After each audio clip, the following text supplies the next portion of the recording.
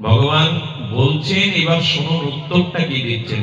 অর্জুনের প্রশ্নের এত মহিমা, ভগবানের উত্তরের না জানি কত মহিমা লুকিয়ে আছে। ভগবান তখন বলছেন যে দেখো, নিয়ত আত্মভি, এই যে আত্মচিন্তা, ভগবত চিন্তা, এটির জন্য অর্জুনকে তিনি বলছেন। এর কয়েকটি পরের শ্লোকে উনি একটি কথা আমাদের জানিয়েছেন ভগবানের উপায়। কি বলছেন? জং জং বাপি শরম ভাবং ত্যাজিতন্তে কলেবরম। অদ্ভুত কথা, আগেই বলেছি এটা মৃত্যু বিজ্ঞান যোগ। আপনি মৃত্যুকে যথাযথ বিজ্ঞান বা জ্ঞানের দ্বারা জানতে পারবেন।